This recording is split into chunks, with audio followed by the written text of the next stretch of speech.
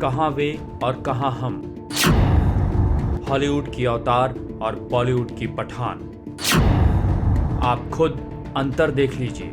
एक तरफ टेक्नोलॉजी के झंडे गाड़ती और दुनिया को सकारात्मकता का आभास कराती अवतार द वे ऑफ वाटर है, और दूसरी ओर भारत में शाहरुख खान की आगामी फिल्म पठान के एक गाने की कथित अश्लीलता और उसमें पहने गए कपड़ों के रंग को लेकर एक विभाजनकारी बहस चल रही है। हालांकि इससे पहले भी हम पर्दे पर कई हीरोइनों को इसी रंग के वस्त्रों में भोंडी हरकतें करते देख चुके, लेकिन तब ऐसा कोई ऐतराज नहीं उठा और फिल्मों में अश्लीलता पर भी कभी कोई बहस सेंसर बोर्ड की मीटिंगों से बाहर निकलकर सार्वजनिक विमर्श का हिस्सा नहीं बनी।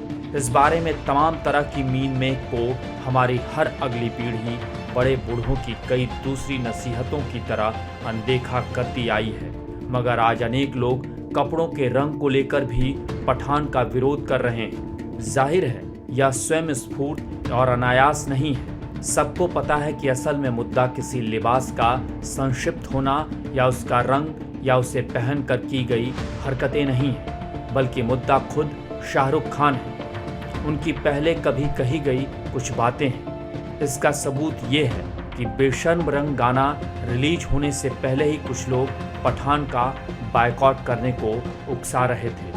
वे शाहरुख की उमराह के बाद वैष्णो देवी जाने पर भी उनका मजाक उड़ा रहे थे और विपरीत टिप्पणियां भी कर रहे थे। इस गाने से तो इन लोगों को मामला और भड़काने का बहाना मिल गया है। इसकी वजह इसमें दीपिका पादुकोण का होना भी है। देश में एक पक्ष उन्हें कथित टुकड़े टुकड़े गैंग का सदस्य मानता है, क्योंकि वे एक बार जेएनयू में एक प्रदर्शन में शामिल होने गई थी।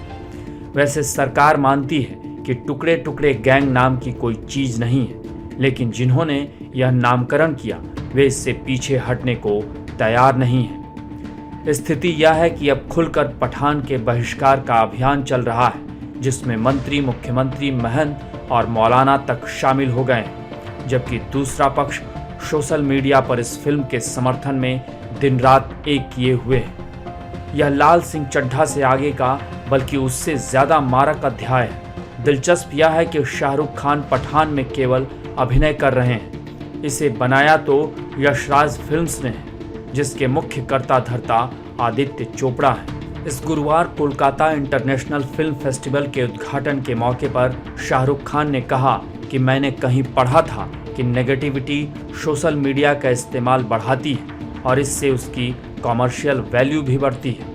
उन्होंने आगे कहा कि इस तरह की कहानियां हमें भटकाने और बांटने का काम करती हैं, लेकिन दुनिया कुछ भी कहे, हमें पॉजिटिव रहना है, नकारात्मक सोच से दूर रहना है। जब शाहरुख यह सब बोल रहे थे, उस समय यशराज फिल्म्स की मालकिन रानी मुखर्जी वहीं बैठी थी।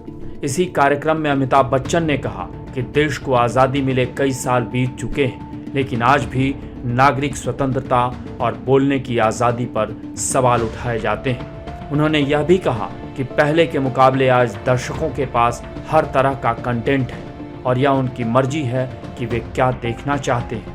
लंबे समय से एक वर्ग मानता रहा है कि अमिताभ बच्चन को कुछ खास मुद्दों पर अपनी आवाज़ उठानी चाहिए। इस वर्ग की शिकायत थी कि क्या उन जैसे लोग तब मुंह खोलेंगे जब चिड़िया सारा खेत चुग जाएगी। कहा नहीं जा सकता कि अब तक अमिताभ बच्चन कुछ बोले भी हैं तो कितना खेत चुगा जा चुका है।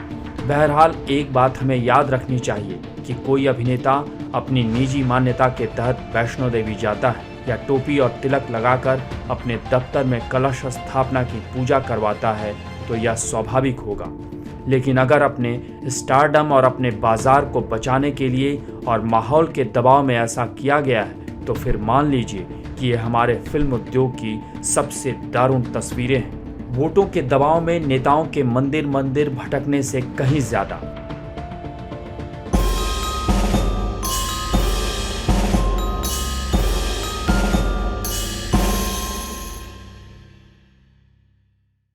Do not forget to subscribe to our channel for all the latest gossip on politics and my take on world affairs.